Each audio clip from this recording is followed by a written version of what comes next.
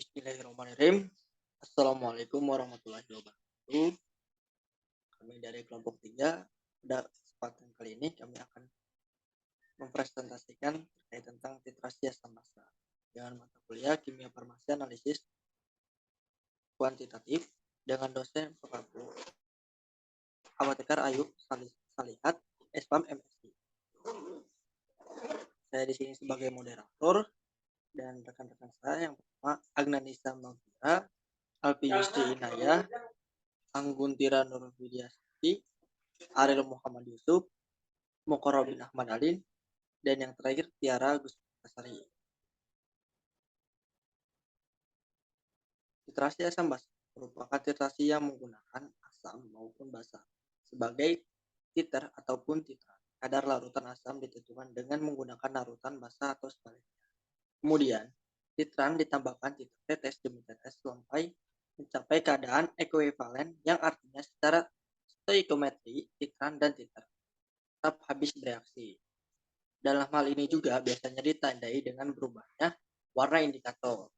Kemudian keadaan ini juga disebut sebagai titik ekuivalen, yaitu titik di mana konsentrasi asam sama dengan konsentrasi basa, atau titik di mana jumlah basa yang ditambahkan sama dengan jumlah asam yang dinetralkan.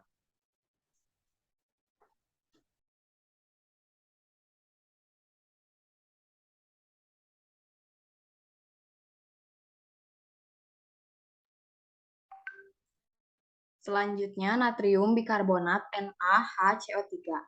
Natrium sukarbonat mengandung tidak kurang dari 99% dan tidak lebih dari 101% NaHCO3. Pemeriannya yaitu serbuk putih atau hablum monokrin kecil, buram, tidak berbau, dan rasanya asin. Kelarutannya larut dalam 11 bagian air, praktis tidak larut dalam etanol. Keasaman kebasaannya, pH larutan 1,0%, tidak lebih dari 8,6. BM-nya 84,01. Tujuan dari praktikum kali ini yaitu membuat larutan baku HCl 0,1 normalitas yang diperlukan dalam titrasi, melakukan pembakuan HCl dengan larutan Na2CO3, dan melakukan penetapan kadar natrium bikarbonat dengan menggunakan metode asidimetrik.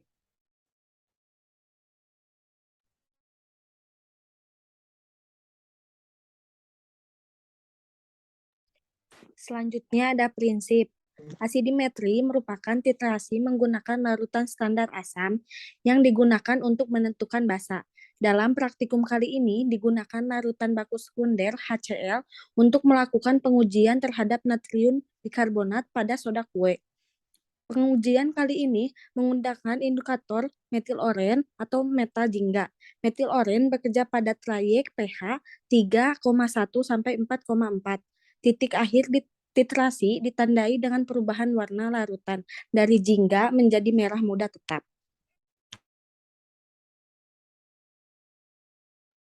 Reaksi yang terjadi yaitu NaHCO3 ditambah HCl akan menghasilkan 2 NaCl ditambah H2O ditambah CO2.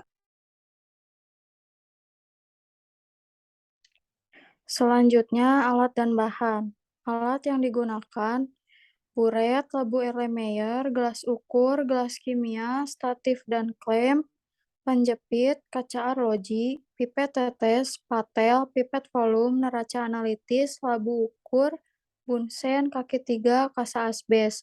Bahan yang digunakan: NaHCO3 atau natrium bikarbonat sebagai analit, Aquades, indikator metil merah, HCl sebagai pentiter, indikator jingga metil, Na2CO3 atau natrium karbonat. Lalu ada prosedur. Prosedur yang pertama, pembuatan HCl 0,1 normalitas. Di pipet 4,2 mili HCl 12 normalitas. Dimasukkan ke dalam labu takar 500 mili yang berisi air suling 1/4 bagian. Lalu diencerkan kembali dengan air suling sampai volume menjadi 500 mili. Prosedur yang kedua, pembuatan Na2CO3 0,1 normalitas. Yang pertama, ditimbang 2,1 gram Na2CO3 dengan teliti. Lalu dilarutkan dengan air suling bebas CO2. Dimasukkan ke dalam labu ukur, ditambahkan air suling bebas CO2 sampai volumenya menjadi 500 ml dan dikocok hingga homogen.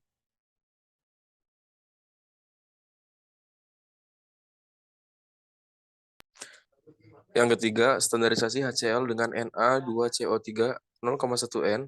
Yang pertama dipipet 10 ml Na2CO3 0,1 N ke Erlenmeyer, lalu ditambahkan 3 tetes metil orange larutan HCl dimasukkan ke buret, ditetrasi larutan Na2 0,1 N dengan larutan E.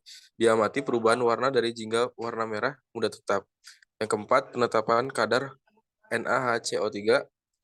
Yang pertama ditimbang lebih ke kurang 2 gram serbu.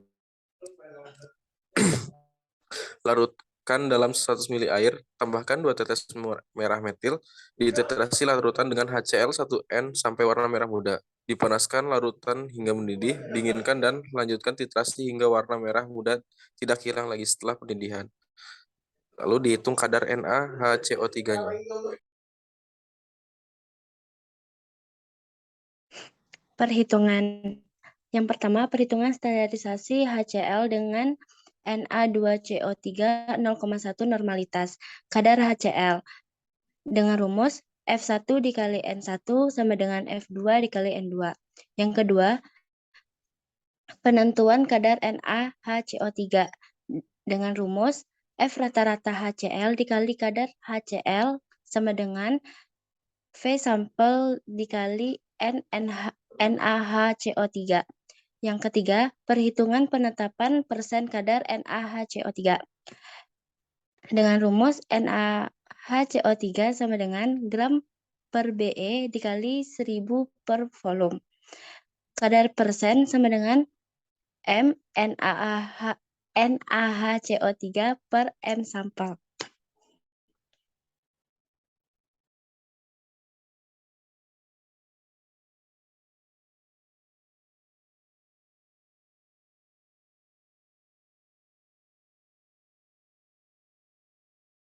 Sekian yang dapat kelompok kami sampaikan. Mohon maaf bila ada kesalahan. Wassalamualaikum warahmatullahi wabarakatuh.